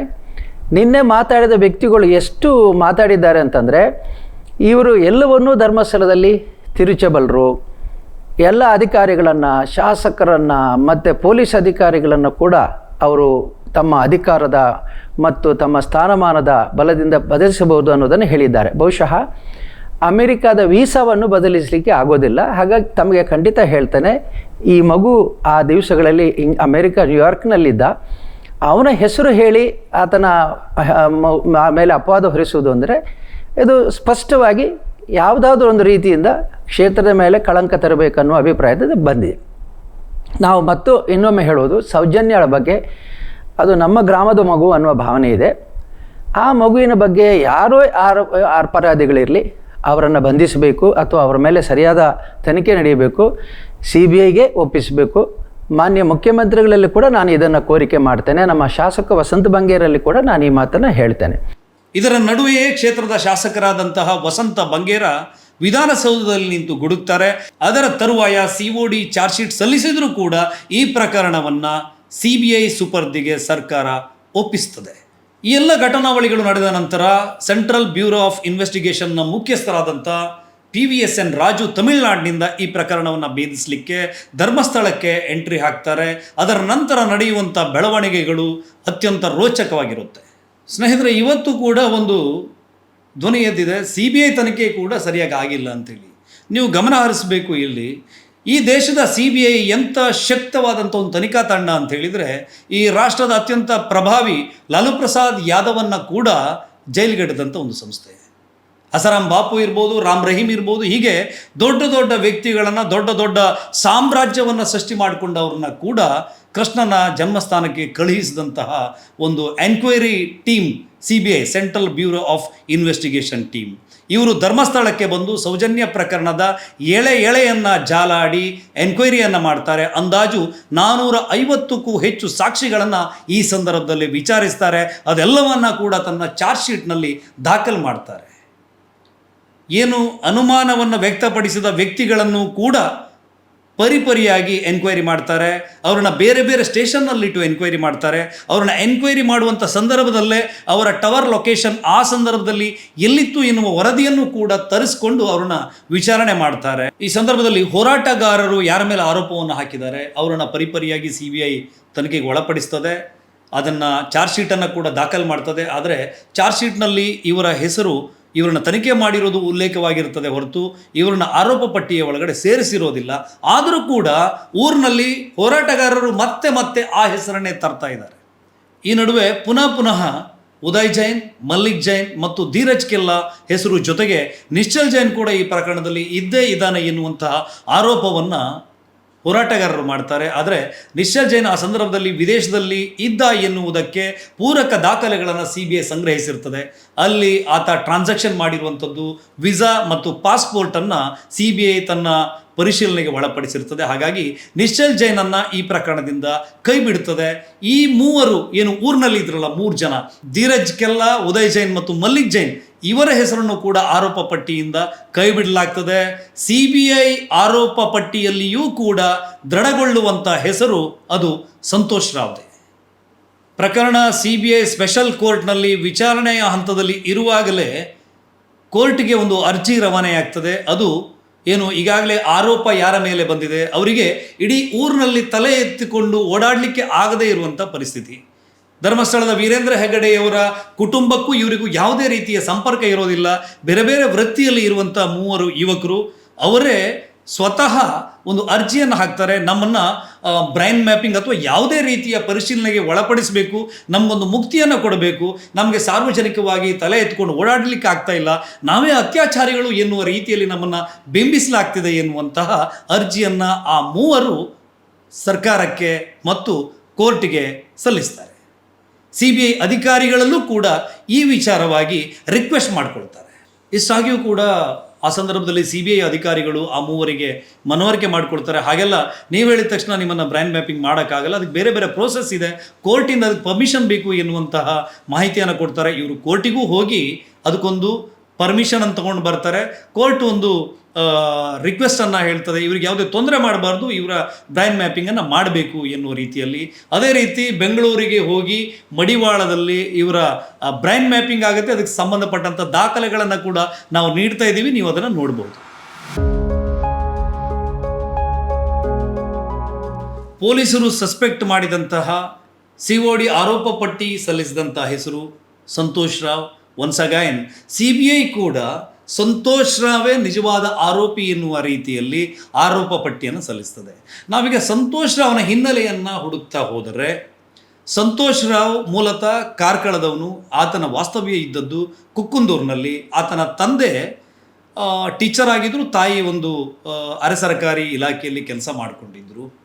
ಸಂತೋಷ್ ರಾವ್ ಬೇಸಿಕಲಿ ಒಬ್ಬ ಸೈನ್ಸ್ ಸ್ಟೂಡೆಂಟ್, 2nd PU ತನಕ ಸ್ಟಡಿ ಮಾಡಿದ್ದ. ಆತ ಕರಾಟೆಯಲ್ಲಿ ಬ್ಲ್ಯಾಕ್ ಬೆಲ್ಟನ್ನು ಪಡೆದಿರುವಂಥ ಒಬ್ಬ ಸದೃಢವಾದಂಥ ವ್ಯಕ್ತಿ. ಆತ ಕರಾಟೆಯ ಟೀಚರ್ ಆಗಿದ್ದ. ಅದರ ಜೊತೆಗೆ ಆತನಿಗೊಂದು ಮಾನಸಿಕ ವ್ಯಾಧಿ ಇತ್ತು. ಆತ ಶಿವಮೊಗ್ಗದ ಅಶೋಕ್ ಪೈ ಅವರ ಬಳಿ ಚಿಕಿತ್ಸೆಯನ್ನು ಪಡಿತಾ ಇದ್ದ. ಅವನಿಗಿದ್ದಂಥ ರೋಗ ಸ್ಕಿಜೋಫ್ರೆನಿಯಾ. ಬೇರೆ ಬೇರೆ ಹೋಟೆಲ್ಗಳಲ್ಲಿ ಕೆಲಸ ಮಾಡಿಕೊಂಡಿದ್ದ. ಅದೇ ರೀತಿ ಈ ಪ್ರಕರಣ ನಡೆದಂಥ ಕಾಲಘಟ್ಟದಲ್ಲಿ ಆತ ಶೃಂಗೇರಿಯ ಶಾರದಾಂಬ ಎನ್ನುವಂಥ ಕ್ಯಾಂಟೀನ್ನಲ್ಲಿ ಕ್ಲೀನರ್ ಆಗಿ ಕೆಲಸ ಮಾಡಿಕೊಂಡಿದ್ದ. ಸಡನ್ನಾಗಿ ಕೆಲಸ ಬಿಟ್ಟು ಇನ್ನೆಲ್ಲಿಗೂ ಹೋಗ್ತಾನೆ. ಎಲ್ಲಿಗೆ ಹೋಗ್ತಾನೆ ಎನ್ನುವ ಮಾಹಿತಿ ಆ ಹೋಟೆಲ್ನವರಿಗೆ ಇರೋದಿಲ್ಲ. ಇಲ್ಲಿ ಸಂತೋಷ್ ರಾವ್ ಪ್ರಕರಣದ ಬಗ್ಗೆ ಆ ಕಾಲದ ತನಿಖಾ ಪತ್ರಿಕೋದ್ಯಮದ ಸಂಸ್ಥೆಯಾದಂಥ ದೈಜಿ ವರ್ಲ್ಡ್ ಒಂದು ಗಂಭೀರವಾದಂಥ ವರದಿಯನ್ನು ಉಲ್ಲೇಖ ಮಾಡಿರ್ತದೆ. ಅದು ಈ ಪ್ರಕರಣ ಬೆಳಕಿಗೆ ಬಂದ ಸಂದರ್ಭದಲ್ಲಿ ಬಯಲಾಗುವಂಥ ಇನ್ನೊಂದು ಸತ್ಯ, ಮಾರ್ನಾಡ್ನಲ್ಲಿ ಸಂತೋಷ್ ರಾವ್ ರೇಪ್ ಅಟೆಂಪ್ಟ್ನಲ್ಲಿಯೂ ಕೂಡ ಪಾಲ್ಗೊಂಡಿದ್ದ ಎನ್ನುವಂತಹ ವಿಷಯವನ್ನು ದೈಜಿ ವರ್ಲ್ಡ್ ಆ ಕಾಲಕ್ಕೆ ಉಲ್ಲೇಖ ಮಾಡಿತ್ತು. ಅದರ ಲಿಂಕನ್ನು ನಾವಿಲ್ಲಿ ಕಾಮೆಂಟ್ ಬಾಕ್ಸ್ನಲ್ಲಿ ಹಾಕ್ತೀವಿ, ನೀವು ಕೂಡ ನೋಡ್ಕೊಳ್ಬೋದು. ಇಲ್ಲಿ ಹೋರಾಟಗಾರರು ಒಂದು TV ಚಾನಲ್ನ ಸ್ಟುಡಿಯೋದಲ್ಲಿ ಕೂತ್ಕೊಂಡು ಹೇಳ್ತಾರೆ, ಸಂತೋಷ್ ರಾವ್ ಇದ್ದ, ಅವನು ಹೆಂಗಿದ್ದ ಅಂತ ಹೇಳಿದ್ರೆ ಬಹಳ ಬಲಿಷ್ಠವಾಗಿದ್ದ ಎನ್ನುವ ಹೇಳಿಕೆಯನ್ನು ಕೊಟ್ಟಿರೋದು ನೀವು ಗಮನಿಸಿರಬಹುದು. ನಿಮ್ಮ ಸೌಜನ್ಯ ಬಾಡಿ ಸಿಕ್ತಲ್ಲ, ಅದಾದ್ಮೇಲೆ ಪೋಸ್ಟ್ ಮಾರ್ಟಮ್ ಆಗಿರುತ್ತಲ್ವಾ, ಸೌಜನ್ಯ ಬಾಡಿ ಹೇಗೆ ಸತ್ತಲು ಅನ್ನುವಂಥದ್ರ ಬಗ್ಗೆ ಏನಾದ್ರು ಪೋಸ್ಟ್ ಮಾರ್ಟಮ್ ಅಲ್ಲಿ ಇದೆಯಾ ಅಂತ? ಅದು ಹೇಗೆ ಸತ್ತಲ ಅಂದ್ರೆ ಯಾತರ ಅಂದ್ರೆ ಸಂತೋಷ್ ರಾವ್ ಸೌಜನ್ಯನ ಬಿನ್ನ ಮೇಲೆ ಹಾಕೊಂಡಿದ್ದಾನೆ. ಅವರು ಬೊಬ್ಬೆ ಹಿಡಿಯುವಾಗ ಇವನು ಆ ಕಾಲೇಜಿಯ ಐಡೆಂಟಿ ಇದಿದೆ, ಅದ್ರಲ್ಲಿ ಗಟ್ಟಿ ಹಿಡ್ಕೊಂಡ, ಅಲ್ಲೇ ಜೀವ ಹೋಗಿದೆ. ಇದೇ ಸಂತೋಷ್ ಕುಮಾರ್ ಹೇಳಿದ್ದಾನೆ. ಯಾರ ಹತ್ರ ಹೇಳಿದಾನಂದ್ರೆ ಪತ್ರಿಕೆಯ ಮುಖಂಡರ ಹತ್ರ, ಜೈಲಿನ ಒಳಗಡೆ ಬಂದಿಯಲ್ಲಿರುವಂತ ಕೈದಿಗಳ ಹತ್ರ, ಅವನನ್ನು ಜೈಲಿಗೆ ತರುವ ಸಂದರ್ಭದಲ್ಲಿ ಕೆಲವು ಪೊಲೀಸ್ ಡಿಪಾರ್ಟ್ಮೆಂಟ್ ನಲ್ಲಿ ಹೇಳಿದ್ದಾನೆ. ಹೇಗಂತ ಹೇಳಿದ್ರೆ, 4 ಮಂದಿ ನಾವು ಅಲ್ಲಿ ಮಾಡಿದ್ದಲ್ಲ, ನಾವು ಹೊರಗಡೆ ಮಾಡಿದ್ದು. ಇದ್ರಲ್ಲಿ ಇದ್ದಾನೆ ಅವನು ಇದ್ದಾನೆ. ಆರೋಪಿ ಅಂತ ಹೇಳೋದೇ ಇಲ್ಲ ಅವನ ಹುಡುಗನನ್ನು ನಾವು, ಯಾಕಂತ ಹೇಳಿದ್ರೆ ಅವನ ಆರೋಪಿಯೇ ಅಲ್ಲ. ನೀವು ಗಮನಿಸಬೇಕಾದಂಥ ಅಂಶ ಏನಂತ ಹೇಳಿದರೆ, ಸಂತೋಷ್ ರಾವ್ ಆ ಕಾಲಕ್ಕೂ ಕೂಡ ತನ್ನ ಮನೆಯಲ್ಲಿ ಇರಲಿಲ್ಲ, ಆತ ಭಜನಾ ಮಂದಿರಗಳಲ್ಲಿ ಉಳ್ಕೊಂಡಿದ್ದ. ಯಾಕೆ ಕೇಳಿದರೆ ಮನೆಯಲ್ಲೂ ಒಂದಿಷ್ಟು ಗೊಂದಲದ ವಾತಾವರಣ ಇತ್ತು. ಅವನ ಅತ್ತಿಗೆ ಇದೇ ಕಾರಣಕ್ಕೆ ಮನೆ ಬಿಟ್ಟು ಹೋಗಿದ್ರು ಎನ್ನುವಂತಹ ಬಲ್ಲ ಮೂಲಗಳಿಂದ ನಾವು ಮಾಹಿತಿಯನ್ನು ಸಂಗ್ರಹ ಮಾಡಿದ್ವಿ. ಇಂತಹ ಸಂತೋಷ್ ರಾವ್ ಹೇಗೆ ಸೈಕೋಪಾತ್ ಆಗಿ ಬದಲಾಗ್ತಾನೆ ಅಂತ ಕೇಳಿದರೆ, ಅದಕ್ಕೆ CBI ಕೊಡುವಂತಹ ವರದಿಗಳು ವೆರಿ ವೆರಿ ಇಂಟ್ರೆಸ್ಟಿಂಗ್. ನಾವು ನಿಮಗಿದನ್ನು ರುಜುವಾತು ಮಾಡಲಿಕ್ಕೆ ಫರೆನ್ಸಿಕ್ ವರದಿಯನ್ನು ಹೇಳಬೇಕಾಗತ್ತೆ.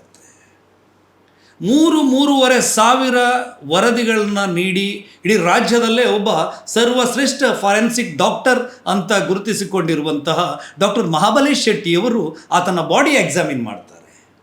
ಅವನ ದೇಹದಲ್ಲಿ ಒಟ್ಟು 17 ಗಾಯಗಳನ್ನು ಮಹಾಬಲೇಶ್ ಶೆಟ್ಟರು ಐಡೆಂಟಿಫೈ ಮಾಡ್ತಾರೆ. ಆ 17 ಗಾಯಗಳನ್ನು 3 ವಿಭಾಗಗಳನ್ನಾಗಿ ಫಾರೆನ್ಸಿಕ್ ರಿಪೋರ್ಟು ವಿಂಗಡಣೆ ಮಾಡುತ್ತೆ. ಆತನ ದೇಹದ ಮೇಲೆ 17 ಗಾಯಗಳಿವೆ. ಅದು ಯಾವ್ಯಾವ ಅವಧಿಗಾಗಿರುವಂಥ ಗಾಯ ಎನ್ನುವಂಥ ರಿಪೋರ್ಟ್ ಅದು. ನೀವು ಬಹಳ ಸೂಕ್ಷ್ಮವಾಗಿ ಗಮನಿಸಬೇಕು. 48 ಗಂಟೆಗಳ ಹಿಂದಾದಂಥ ಒಂದಿಷ್ಟು ಗಾಯಗಳಿವೆಯಲ್ಲ, ಆತನ ಹಣೆಯ ಮೇಲೆ ಆದಂಥ ಗಾಯ ನೀವು ಫೋಟೋದಲ್ಲಿ ಗಮನಿಸಬಹುದು. ಆತನ ಎದೆಯ ಮೇಲೆ ಆದಂಥ ಗಾಯ, ಆತನ ಬೆನ್ನಿನ ಮೇಲೆ ಆದಂಥ ತರಚು ಗಾಯ ಮತ್ತು ಆತನ ಗುಪ್ತಾಂಗದಲ್ಲಿ ಆಗಿರುವಂತಹ ಗಾಯ. ಈ ಇಷ್ಟು ಗಾಯಗಳು 48 ಗಂಟೆಗಳ ಹಿಂದೆ ನಡೆದಂಥ ಗಾಯಗಳು. ಅಂದರೆ ಸೌಜನ್ಯ ರೇಪ್ ಆ್ಯಂಡ್ ಮರ್ಡರ್ ಆದಂಥ ಸಮಯಕ್ಕೆ ಆ ಸಮಯ ಮ್ಯಾಚ್ ಆಗುತ್ತೆ. ನಿಮಗಿಲ್ಲಿ ಬಹಳ ಮುಖ್ಯವಾದ ಅಂಶವನ್ನು ನಾನು ಹೇಳ್ತೀನಿ. ಸಂತೋಷ್ ರಾವ್ ಬಾಡಿ ಎಕ್ಸಾಮಿನ್ ಮಾಡಿದಂಥ ವೈದ್ಯಾಧಿಕಾರಿಗಳು ಖಾತ್ರಿಪಡಿಸಿಕೊಳ್ಳುವಂಥದ್ದು, ಸಂತೋಷ್ ರಾವ್ಗೆ ಒಂದು ಲೈಂಗಿಕ ರೋಗವಿತ್ತು. ಅದನ್ನು ಫಿಮೋಸಿಸ್ ಅಂತ ಹೇಳ್ತಾರೆ. ಆತನ ಶಿಶ್ನದ ಮುಂದೋಗಲು ಹಿಂದೆ ಸರಿಯದಿರುವಂಥ ಒಂದು ರೋಗ. ನೀವು ಈ ಸ್ಟಡಿ ರಿಪೋರ್ಟನ್ನು ನೋಡಬಹುದು. ಫಿಮೋಸಿಸ್ ಇರುವಂತಹ ಬಹುತೇಕ ವ್ಯಕ್ತಿಗಳಲ್ಲಿ ಒಂದು ಲೈಂಗಿಕವಾದಂಥ ವಿಕೃತಿ ಇರುವುದು ಸಾಬೀತಾಗಿದೆ. ಸಂತೋಷ್ ರಾವ್ ಸೌಜನ್ಯಳನ್ನು ಅತ್ಯಾಚಾರ ಮಾಡಿದ್ದಾನ ಮಾಡಿಲ್ವಾ ಎನ್ನುವ ವಿವರವನ್ನು ಬದಿಗಿಟ್ಟು ನೋಡಿದರೆ, ಸೌಜನ್ಯಳ ಜೊತೆ ಆ ವ್ಯಕ್ತಿ ಅತ್ಯಂತ ವಿಕೃತವಾಗಿ ನಡೆದುಕೊಂಡಿದ್ದಾನೆ ಅನ್ನೋದನ್ನು ಫೊರೆನ್ಸಿಕ್ ರಿಪೋರ್ಟು ಸಾಬೀತು ಮಾಡಿದೆ. ಆಕೆಯ ಗುಪ್ತಾಂಗಕ್ಕೆ ಮಣ್ಣನ್ನು ಎರಚಿರುವಂಥದ್ದು, ಕತ್ತನ್ನು ಜೀರಿ ಕೊಲೆ ಮಾಡಿರುವಂಥದ್ದು, ಈ ತರಹದ ಸನ್ನಿವೇಶಗಳನ್ನು ಗಮನಿಸಿದರೆ ಇದೊಬ್ಬ ಲೈಂಗಿಕವಾದಂಥ ವಿಕೃತಿ ಇರುವಂಥ ವ್ಯಕ್ತಿ ಮಾಡಿದ ಘಟನೆಗಳ ಹಾಗೆ ಕಂಡು ಬಂದಿತ್ತು. ಇಲ್ಲಿ ಬಹಳ ಸೂಕ್ಷ್ಮವಾಗಿ ನೀವು ಗಮನಿಸಬೇಕಾದಂಥ ಅಂಶ, ಸಂತೋಷ್ ರಾವ್ಗೆ ಫಿಮೋಸಿಸ್ ಇತ್ತು. ಫಿಮೋಸಿಸ್ ಇರುವಂಥ ವ್ಯಕ್ತಿ ಲೈಂಗಿಕ ಸುಖವನ್ನು ಪಡೀಲಿಕ್ಕೆ ಆಗೋದಿಲ್ಲ. ಆ ಸಂದರ್ಭದಲ್ಲಿ ಅತ್ಯಾಚಾರ ಮಾಡಲಿಕ್ಕೆ ಪ್ರಯತ್ನ ಮಾಡಿದ್ದಾನೆ ಅಂತ ಇಟ್ಕೊಳ್ಳೋಣ. ಆ ಸಂದರ್ಭದಲ್ಲಿ ಇಂಟರ್ಕೋರ್ಸ್ ಮಾಡಲಿಕ್ಕೆ ಹೋದಾಗ ವಿಪರೀತವಾದಂಥ ನೋವಾಗತ್ತೆ. ಆ ಸಂದರ್ಭದಲ್ಲಿ ಆ ವ್ಯಕ್ತಿ ಮೊದಲೇ ಮಾನಸಿಕವಾದಂಥ ಅಸ್ವಾಸ್ಥ್ಯನಾಗಿರುವಂಥ ವ್ಯಕ್ತಿ ವ್ಯಗ್ರಗೊಳ್ತಾನೆ. ವ್ಯಗ್ರಗೊಂಡಾಗ ಈ ವಿಕೃತಿಯನ್ನು ನಡೆಸಿದ್ದಾನೆ ಎನ್ನೋದು CBI ಅಧಿಕಾರಿಗಳ ಮತ್ತು ಫಾರೆನ್ಸಿಕ್ ವೈದ್ಯಾಧಿಕಾರಿಗಳ ಅನಿಸಿಕೆ ಮತ್ತು ಅದೇ ರೀತಿಯಲ್ಲಿ ಅವರು ವರದಿಯನ್ನು ಕೂಡ ಬರೀತಾರೆ.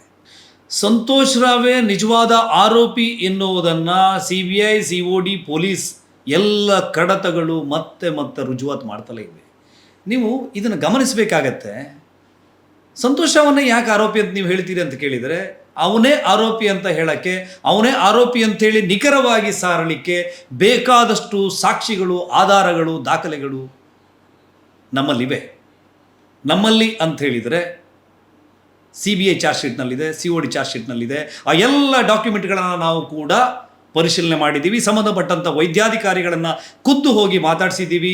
ಆ ಸಂದರ್ಭದಲ್ಲಿ ತನಿಖೆಯಲ್ಲಿ ಇದ್ದಂಥ ಎಲ್ಲ ಅಧಿಕಾರಿಗಳನ್ನ ಕೂಡ ಮಾತಾಡಿಸಿದ್ದೀವಿ. ಆ ದಾಖಲೆಗಳನ್ನು ರಿಪೀಟೆಡ್ಲಿ ನಾವು ಸರ್ಚ್ ಮಾಡಿದ್ದೀವಿ. ಸಂತೋಷ್ ರಾವ್ನ ಮನೆಗೂ ಕೂಡ ಹೋಗಿ ಅವರ ತಂದೆಯನ್ನು ಭೇಟಿ ಮಾಡಿ ಆತನಿಗೆ ಇದ್ದಂಥ ಫಿಸಿಕಲ್ ಸ್ಟ್ರೆಂತನ್ನು ಕೂಡ ನಾವು ಅವರ ಬಾಯಿಂದಲೇ ಕೇಳ್ಕೊಂಡು ಬಂದಿದ್ದೀವಿ. ಎಲ್ಲಿ ಕಲ್ತಿದ್ದ? ಕಾರ್ಕಳದಲ್ಲೇ. ಬ್ಲಾಕ್ ಬೆಲ್ಟ್ ಹೌದಾ ಅಥವಾ ಸ್ವಲ್ಪ ಕಲ್ತಿದ್ದ? ಇಲ್ಲ, ಬ್ಲಾಕ್ ಬೆಲ್ಟ್ ಸಿಕ್ಕಿದೆ ಅವನಿಗೆ. ಬೆಲ್ಟ್ ಸಿಕ್ಕಿದೆ.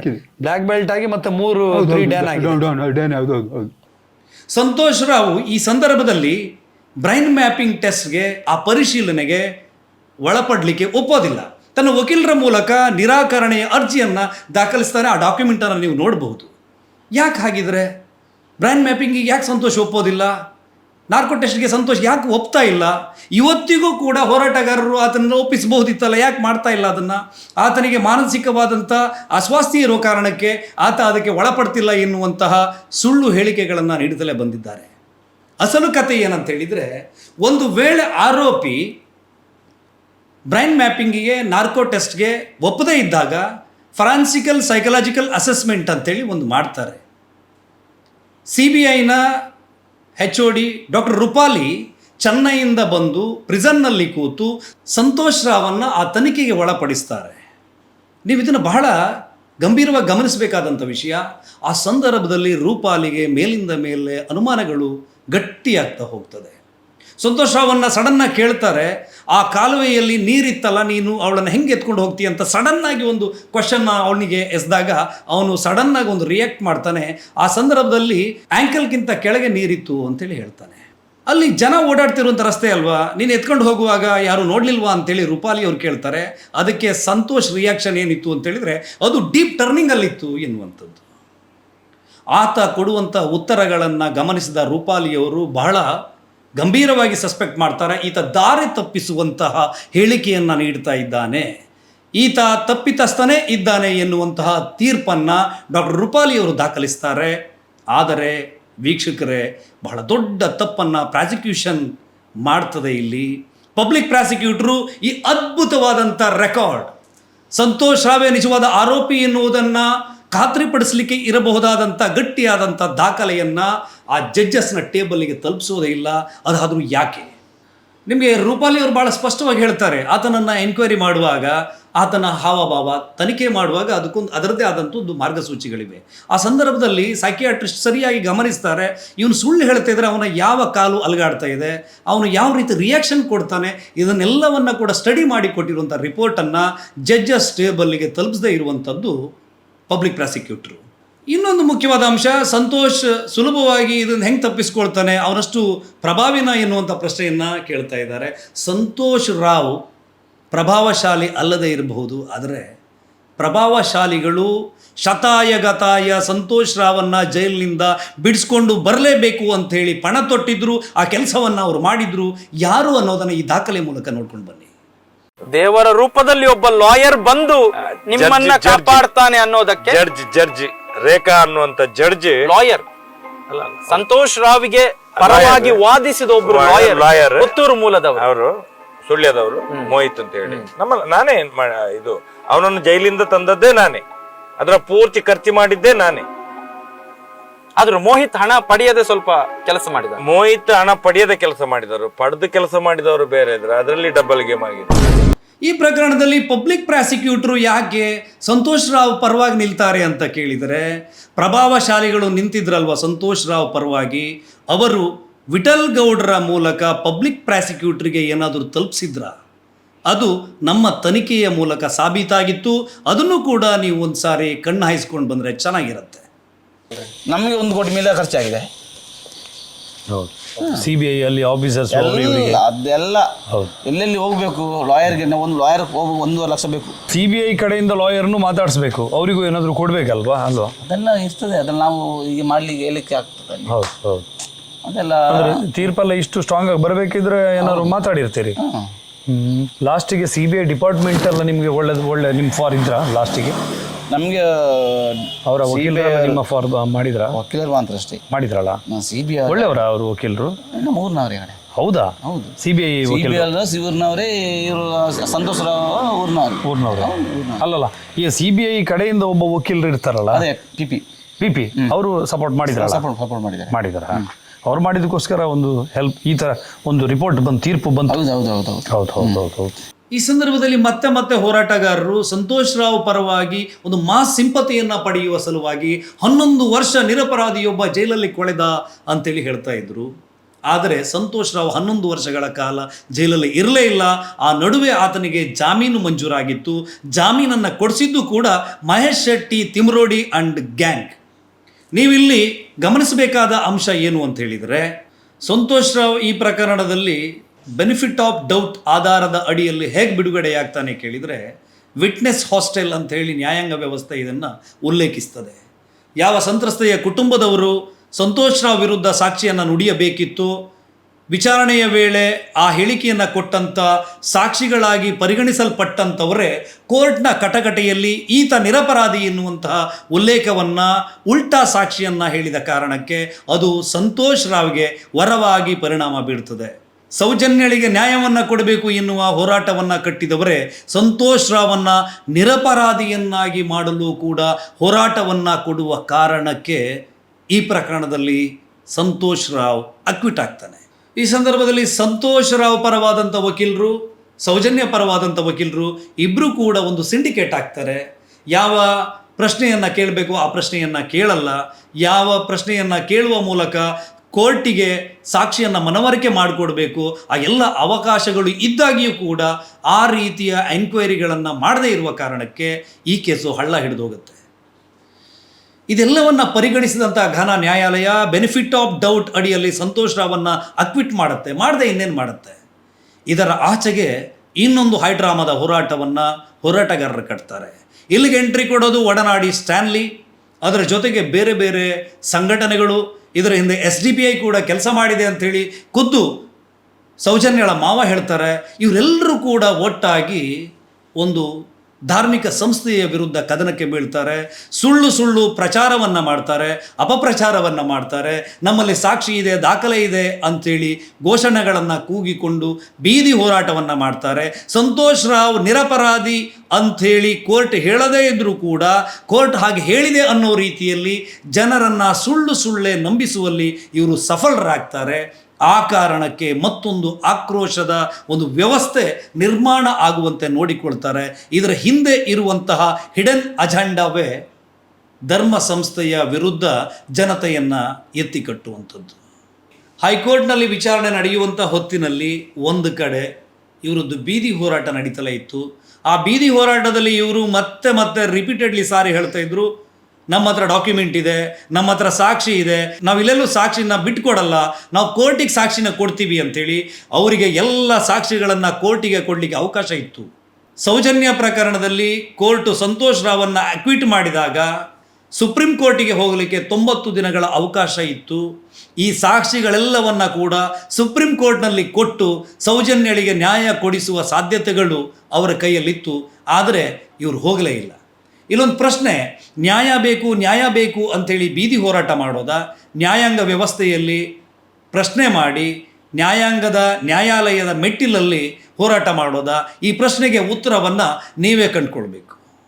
ಆದರೆ ಇವರು CBI ತನಿಖೆ ಮಾಡಿರುವುದನ್ನೇ ಪ್ರಶ್ನೆ ಮಾಡಿ SIT ಕೊಡಿ ಅಂತೇಳಿ ಹೇಳ್ತಾ ಇದ್ದಾರೆ. ಈ ದೇಶದ ಅತ್ಯುನ್ನತ ಅಂತ ಹೇಳಿದರೆ ಸುಪ್ರೀಂ ತನಿಖಾ ಸಂಸ್ಥೆ CBI ತನಿಖೆ ಮಾಡಿದ ಮೇಲೆ ಇನ್ನು ಯಾವುದು ಬಾಕಿ ಉಳಿದಿದೆ? ಇವ್ರ ಪ್ರಕಾರ ಅಮೇರಿಕದ ತನಿಖಾ ಸಂಸ್ಥೆ ಬಂದು ಈ ಪ್ರಕರಣವನ್ನು ಎನ್ಕ್ವೈರಿ ಮಾಡಬೇಕಾ? ಇವರಲ್ಲಿರುವಂಥ ಸಾಕ್ಷಿಗಳನ್ನು ಇದುವರೆಗೂ ಯಾವ ಅಧಿಕಾರಿಗಳಿಗೂ ಇವರು ಕೊಟ್ಟಿಲ್ಲ. ಯಾಕೆ ಕೇಳಿದರೆ ಕೊಟ್ಟರೆ ಮರುದಿವಸ ನೇತ್ರಾವತಿಯಲ್ಲಿ ಅವರ ಹೆಣ ತೇಲ್ತದೆ ಅಂತ ಹೇಳ್ತಾರೆ. ಹಾಗಿದ್ದರೆ ಅಷ್ಟು ಸಾಕ್ಷಿಯನ್ನು ತನ್ನ ಒಳಗಡೆ ಇಟ್ಟುಕೊಂಡಿರುವ ಇವರ ಹೆಣ ಇದುವರೆಗೂ ಯಾಕೆ ಬೀಳಲಿಲ್ಲ? ಇದು ಒಂದು ಪ್ರಶ್ನೆ ಅಲ್ವಾ? ನೋಡಿದವರಿದ್ದಾರೆ, ರಕ್ತವನ್ನು ನೋಡಿದ್ದಾರೆ, ಕೊಲೆ ಮಾಡಿದವರನ್ನು ನೋಡಿದ್ದಾರೆ, ಕರ್ಕೊಂಡು ಹೋದವರನ್ನು ನೋಡಿದ್ದಾರೆ, ಎಲ್ಲವೂ ಇದೆ ನಮ್ಮ ಹತ್ರ. ಹೆಣ ತಂದಾಕಿದವರಿದ್ದಾರೆ ನಮ್ಮ ಹತ್ರ.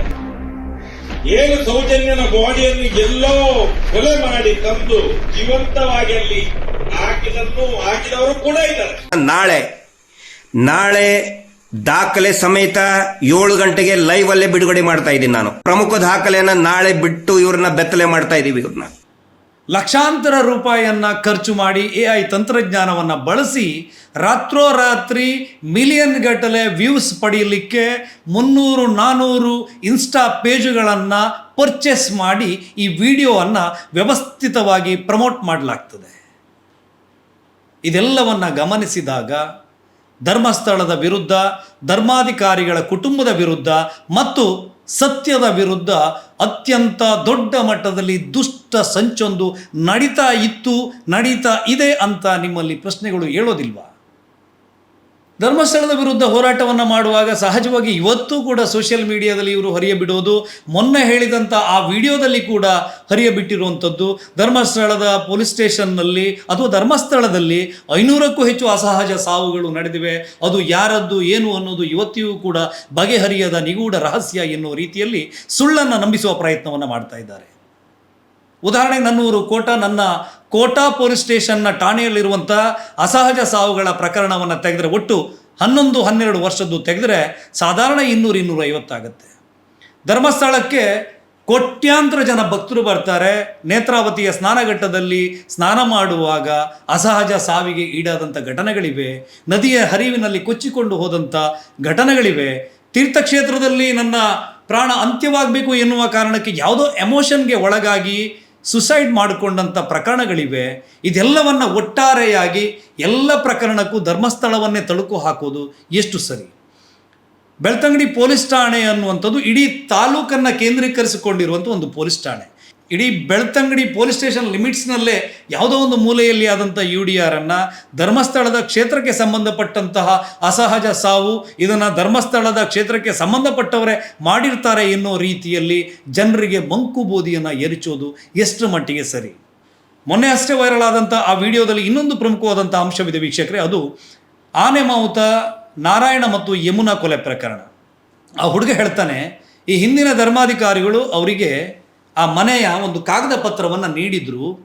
ಮುಂದೆ ಕಾಲಾಂತರದಲ್ಲಿ ಈಗಿನ ಧರ್ಮಾಧಿಕಾರಿಗಳು ಆ ಪತ್ರವನ್ನು ವಾಪಸ್ ಕೇಳ್ತಾರೆ.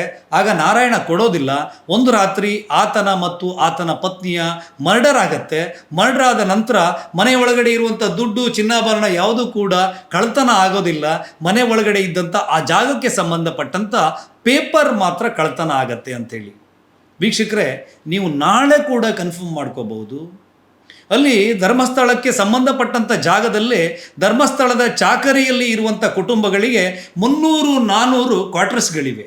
ಅದು ಯಾರ್ದು ಕೂಡ ಅವರ ಸ್ವಂತದ ಕ್ವಾರ್ಟರ್ಸ್ ಅಲ್ಲ, ಅವೆಲ್ಲವೂ ಕೂಡ ಧರ್ಮಸ್ಥಳದ ಆಸ್ತಿ. ಈಗ ಯಮುನಾ ನಾರಾಯಣರಿಗೆ ಹಿಂದಿನ ಧರ್ಮಾಧಿಕಾರಿಗಳು ಕಾಗದ ಪತ್ರವನ್ನು ಮಾಡಿಕೊಟ್ಟಿದ್ದಾರೆ ಅಂಥೇಳಿ ಈ ಹುಡುಗ ಹೇಳಿದಾನಲ್ಲ, ನಾಳೆ ಕೂಡ ನೀವು ತನಿಖೆಯನ್ನು ಮಾಡಬಹುದು. ಆ ದಾಖಲೆಯನ್ನು ನೀವು ತೆಗಿಬೋದು. RTCಯಲ್ಲಿ ಹಿಂದೆ ಯಾರ ಹೆಸರಿತ್ತು ಎನ್ನುವುದನ್ನು ನೋಡ್ಬೋದು. ಅಸಲಿಗೆ ಯಮುನಾ ನಾರಾಯಣರ ಹೆಸರಲ್ಲಿ ಯಾವುದೇ ಕಾಗದ ಪತ್ರಗಳು ಇರಲಿಲ್ಲ. ಅವರ ಮನೆಯಿಂದ ಕಾಗದ ಪತ್ರಗಳು ನಾಪತ್ತೆಯಾದ ಪ್ರಕರಣ ಕೂಡ ಒಂದು ಕಟ್ಟುಕತೆ. ವೀಕ್ಷಕರೇ, ವೈರಲ್ ಆದ ವಿಡಿಯೋದಲ್ಲಿ ಬಹಳ ಮುಖ್ಯವಾದ ಅಂಶವನ್ನು ಒಬ್ಬ ಹುಡುಗ ಎತ್ತುತ್ತಾನೆ. ಎಂಡೋಮೆಂಟ್ ಆ್ಯಕ್ಟ್ ಪ್ರಕಾರ ಹಿಂದೂ ದೇವಸ್ಥಾನಗಳೆಲ್ಲವೂ ಕೂಡ ಸರ್ಕಾರದ ಸುಪರ್ದಿಗಿರಬೇಕು. ಇದು ಜೈನರ ಮ್ಯಾನೇಜ್ಮೆಂಟಿಗೆ ಸೇರಿರುವಂಥ ದೇವಸ್ಥಾನ, ಹಾಗಾಗಿ ಅವ್ರ ಕೈಯಲ್ಲಿದೆ. ಇವನಿಗೇನು ತೊಂದರೆ ಇದರಿಂದ? ಧರ್ಮಸ್ಥಳ ಮಾಡ್ತಾ ಇರುವಂಥ ಸೇವಾ ಯೋಜನೆಗಳನ್ನು ಒಂದು ಸರ್ಕಾರ ಕೂಡ ಮಾಡ್ತಾ ಇಲ್ಲ. ಸರ್ಕಾರಕ್ಕೆ ಸೇರಿದಂಥ ದೇವಸ್ಥಾನಗಳು ಏನು ಮಾಡ್ತಾ ಇವೆ ಇವತ್ತು? ಒಂದು ಲೆಕ್ಕ ಕೊಡಿ ನೋಡೋಣ. ಧರ್ಮಸ್ಥಳದ ಧರ್ಮೋತ್ಥಾನ ಟ್ರಸ್ಟು ಸಾವಿರ ಹಿಂದೂ ದೇವಸ್ಥಾನಗಳನ್ನು ಜೀರ್ಣೋದ್ಧಾರ ಮಾಡ್ತಾ ಇದೆ. ಒಂದು ಲೆಕ್ಕದ ಪ್ರಕಾರ 5,000ಕ್ಕೂ ಹೆಚ್ಚು ದೇವಸ್ಥಾನಗಳ ಬ್ರಹ್ಮಕಲಶೋತ್ಸವಕ್ಕೆ ಧರ್ಮಸ್ಥಳ ಧನ ಸಹಾಯವನ್ನು ಮಾಡಿದೆ. ಸಾವಿರ ಮದ್ಯವ್ಯರ್ಜನ ಶಿಬಿರಗಳನ್ನು ಧರ್ಮಸ್ಥಳ ಆಯೋಜಿಸಿದೆ. 100 ಕುಟುಂಬಗಳನ್ನು ಉದ್ಧಾರ ಮಾಡಿದೆ. ಧರ್ಮಸ್ಥಳದ ರುಡ್ಸೆಟ್ ಮೂಲಕ ಸಾವಿರಾರು ಜನ ತನ್ನ ಬದುಕನ್ನು ಕಟ್ಟಿಕೊಂಡಿದ್ದಾರೆ. ಧರ್ಮಸ್ಥಳ ನೀಡುವ ಆ ಸ್ವಸಹಾಯ ಸಂಘದ ಸಾಲದ ಹಣದಿಂದ ಮಾರಾಟದ ಕರಿಮಣಿಯನ್ನು ಹಾಕಿಕೊಳ್ತಿದ್ದ ಕುಟುಂಬ ಚಿನ್ನದ ಕರಿಮಣಿಯನ್ನು ಮಾಡಿ ಬದುಕಲ್ಲಿ ಸಂತೃಪ್ತಿಯ ಹೆಜ್ಜೆಯನ್ನು ಇಟ್ಟಿದೆ. ಒಟ್ಟಾರೆ ಒಂದು ಹಿಂದೂ ಸಮಾಜವನ್ನು ಕಟ್ಟುವಂಥ ವ್ಯವಸ್ಥೆಯನ್ನು ಜೈನ ಕುಟುಂಬದ ಮೂಲದವರಾದಂಥ ಧರ್ಮಸ್ಥಳದ ಧರ್ಮಾಧಿಕಾರಿಗಳ ಕುಟುಂಬ ಧರ್ಮಸ್ಥಳದ ಮೂಲಕ ಮಾಡಿದೆ. ಬಸ್ಸುಗಳು ತಲುಪದ ಊರುಗಳಿಗೆ ಧರ್ಮಸ್ಥಳದ ಮೆಡಿಕಲ್ ಕಾಲೇಜುಗಳು ತಲುಪಿವೆ. ಗ್ರಾಮೀಣ ಮಟ್ಟದಲ್ಲಿ ಧರ್ಮಸ್ಥಳ ಅತ್ಯಂತ ಅಭ್ಯುದಯಕ್ಕೆ ನಮ್ಮ ಊರನ್ನು ತೆಗೆದುಕೊಂಡು ಹೋಗಿ ನಿಲ್ಲಿಸಿದೆ. ಇದು ಹಿಂದೂ ಧರ್ಮಕ್ಕೆ ಒಂದು ದೊಡ್ಡ ಶಕ್ತಿಯಾಗಿ ಧರ್ಮಸ್ಥಳ ನಿಂತಿದೆ. ಹಿಂದೂ ಧಾರ್ಮಿಕ ನಂಬಿಕೆಗೆ ಧರ್ಮಸ್ಥಳ ಒಂದು ದೊಡ್ಡ ಶಕ್ತಿಯಾಗಿ ಕೆಲಸ ಮಾಡ್ತಾ ಇದೆ. ಇದೆಲ್ಲವೂ ಯಾರ ಕಣ್ಣು ಕೂಗ್ತಾ ಇತ್ತು ಗೊತ್ತಲ್ವ ನಿಮಗೆ? ಇದರ ಹಿಂದೆ ನಡೀತಾ ಇರುವಂಥ ದುಷ್ಟ ಸಂಚನ್ನು ನೀವು ಸಹಜವಾಗಿ ಅರ್ಥ ಮಾಡಿಕೊಳ್ಬೋದು. ಇವರೆಲ್ಲರಿಗೂ ಬೇಕಿರೋದು ಸೌಜನ್ಯಳಿಗೆ ನ್ಯಾಯವಲ್ಲ, ಸೌಜನ್ಯ ನೆಪ ಮಾತ್ರ. ಸೌಜನ್ಯಳ ಹೆಸರಲ್ಲಿ ಇವರು ಮಾಡಲಿಕ್ಕೆ ಹೊರಟಿರುವಂಥದ್ದು ಹಿಂದೂ ಧರ್ಮದ ಮೇಲೆ, ಹಿಂದೂ ಧಾರ್ಮಿಕ ಸಂಸ್ಥೆಯ ಮೇಲೆ ದೌರ್ಜನ್ಯ. ವೀಕ್ಷಕರೇ, ಇಷ್ಟೆಲ್ಲ ಪ್ರಶ್ನೆಯನ್ನು ಮಾಡಿದಾಗ, ಸತ್ಯವನ್ನು ಸಮಾಜದ ಮುಂದೆ ಬಿತ್ತರಿಸಿದಾಗ ಇವರೆಲ್ಲ ನಮ್ಮನ್ನು ಚುಚ್ಚಿ ಕೇಳೋ ಪ್ರಶ್ನೆ, ನಿನಗೆ ಮನೆಯಲ್ಲಿ ಅಕ್ಕ ತಂಗಿ ಇಲ್ವಾ?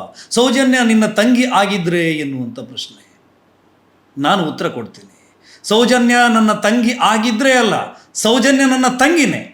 ನನ್ನ ತಂಗಿಯ ಸಾವಿನ ಹೆಗಲ ಮೇಲೆ ಬಂದೂಕನ್ನು ಇರಿಸಿ ಧರ್ಮಸ್ಥಳದ ಕಡೆಗೆ ಗುರಿ ಇಟ್ಟವರು ನೀವು. ಸೌಜನ್ಯಳ ಸಾವಿನಲ್ಲಿ ಬೇಳೆ ಬೇಯಿಸ್ಕೊಳ್ತಿರೋರು ನೀವು ಸ್ವಾರ್ಥಿಗಳು. ಸೌಜನ್ಯ ನಿಮ್ಮನ್ನು ಕ್ಷಮಿಸೋದಿಲ್ಲ. ಸೌಜನ್ಯಳ ಹೆಸರಲ್ಲಿ ದೌರ್ಜನ್ಯ ಮಾಡ್ತಾ ಇದ್ದೀರಿ. ನೋಡಿ, ನೀವು ಮಾಡುವಂತಹ ದೌರ್ಜನ್ಯಕ್ಕೆ ಸೌಜನ್ಯ ಇಂದಲ್ಲ ನಾಳೆ ದುರ್ಗೆಯಾಗಿ ಬಂದು ನಿಮಗೆ ಶಿಕ್ಷೆಯನ್ನು ಕೊಟ್ಟೇ ಕೊಡ್ತಾಳೆ. ನಾವು ಹೇಳ್ತಾ ಇರುವಂಥದ್ದು ಸತ್ಯ. ಪದೇ ಪದೇ ಬಣ್ಣ ಬಣ್ಣದ ಕಾಗೆನ ಹಾರಿಸೋಕ್ಕಾಗೋದಿಲ್ಲ. ಸತ್ಯಕ್ಕೆ ಇರೋದು ಒಂದೇ ಒಂದು ಮುಖ, ಸುಳ್ಳಿಗೆ ಸಾವಿರಾರು ಮುಖ. ನೀವು ಸುಳ್ಳನ್ನು ಹೇಳ್ತಿದ್ದೀರಿ, ಸಾವಿರ ಸುಳ್ಳನ್ನು ಹೇಳ್ತಾ ಇದ್ದೀರಿ. ಆದರೆ ನಿಮ್ಮ ಸುಳ್ಳು ಅಂತ್ಯ ಆಗುವ ಅವಧಿ ಇದೀಗ ಬರ್ತಾ ಇದೆ. ಎಲ್ಲದಕ್ಕೂ ಮೇಲಿನ ಕೋರ್ಟೊಂದು ತೀರ್ಪನ್ನು ಕೊಡ್ತದೆ. ನಾವು ಎಲ್ಲವನ್ನ ಕೂಡ ಆ ಸತ್ಯದ ಶಕ್ತಿ ದೈವ ಮಂಜುನಾಥ ಸ್ವಾಮಿ ಮತ್ತು ಅಣ್ಣಪ್ಪ ಸ್ವಾಮಿಯ ಪಾದಕ್ಕೆ ಇದನ್ನು ಸಲ್ಲಿಸುತ್ತಾ ಈ ಎಪಿಸೋಡನ್ನು ಮುಗಿಸ್ತಾ ಇದ್ದೀವಿ. ಎಲ್ರಿಗೂ ಕೂಡ ನಮಸ್ಕಾರಗಳು.